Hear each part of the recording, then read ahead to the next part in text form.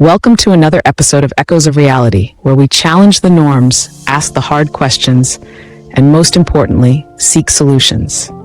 Today's episode hits close to home. We're talking about one of the most overlooked issues in parenting, the way we raise boys differently from girls, and how this has shaped our society. Why do we teach girls to cook, clean, and be good wives, while boys are allowed to roam freely with no responsibilities? Why do boys grow up thinking they are superior? And how does this entitlement show up in our homes, workplaces, and relationships? It's a sensitive topic, but it's one we can't afford to ignore. By the end of this episode, I hope you'll walk away with a new perspective and maybe even the courage to do things differently. Let's get into it. Let me start by painting a picture that many of us know too well. Imagine a home where the daughter is in the kitchen, learning how to cook, clean, and serve guests, while the son is either outside playing or sitting in front of the TV waiting to be served. Sound familiar? This isn't just a home rule. This is a societal script, one that's been replayed for generations. Girls are raised to be caretakers, while boys are raised to be kings. But here's where the real problem lies.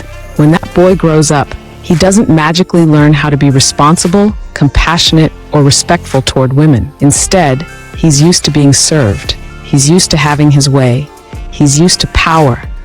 That's how you end up with men who believe it's okay to beat their wives or treat women like subordinates. And let me be clear, this isn't a man-hating conversation. It's about accountability and awareness. If we raise boys to believe they are above others, how do we expect them to become good husbands, fathers, or leaders? Now, let's talk about where this pattern starts, at home. And I want to speak directly to my fellow mothers, sisters, aunties, and grandmothers. We are the ones in charge of shaping these boys and girls.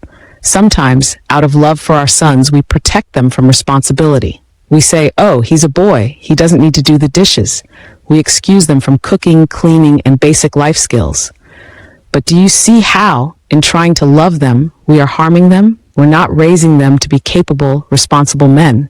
We're raising them to be dependent, entitled men. But this isn't just about mothers. Society also reinforces this. Schools, religious spaces, and even pop culture play their part. Boys are called strong and leaders, while girls are to be polite, humble, and respectful. Boys are told to be brave, while girls are told to be careful. It's no wonder men grow up with such inflated ideas of masculinity. This isn't about blame. It's about reflection. If we don't reflect, we repeat. And if we repeat, the cycle continues. All right, so we've talked about the problem. We've talked about where it starts. Now let's talk solutions, because change is possible. It starts in our homes, and it starts with us. 1. Teach boys life skills. Cooking, cleaning, laundry. These are not women's chores. They are basic life skills. Start by assigning boys chores just as you do for girls. Make it normal. 2. Model respect in relationships. Children learn by watching. If boys see their fathers treating women with love, respect, and equality, they are more likely to do the same. 3. Challenge gender roles early. If your son says, that's for girls, challenge him. Ask, why do you think that? Make him question those beliefs early on. 4. Equalize the praise. When boys are called leaders, make sure girls are called that too. When girls are told to be polite, make sure boys are hearing that message too. This isn't about raising strong women and kind men. It's about raising humans who respect each other. Here's my challenge to you, especially if you're a parent or a guardian. Look at the roles you give to your boys and girls. Are they equal? Are they fair? Are you raising sons to be kings who rule or men who respect? I know these changes aren't easy, especially in cultures where tradition has become an excuse for inequality.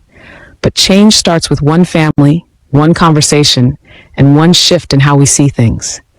If this message spoke to you, please share this episode with someone, a parent, a sibling, a teacher. Let's start a movement to raise better men and stronger, freer women. This has been Queen Johnson, and you've been listening to Echoes of Reality.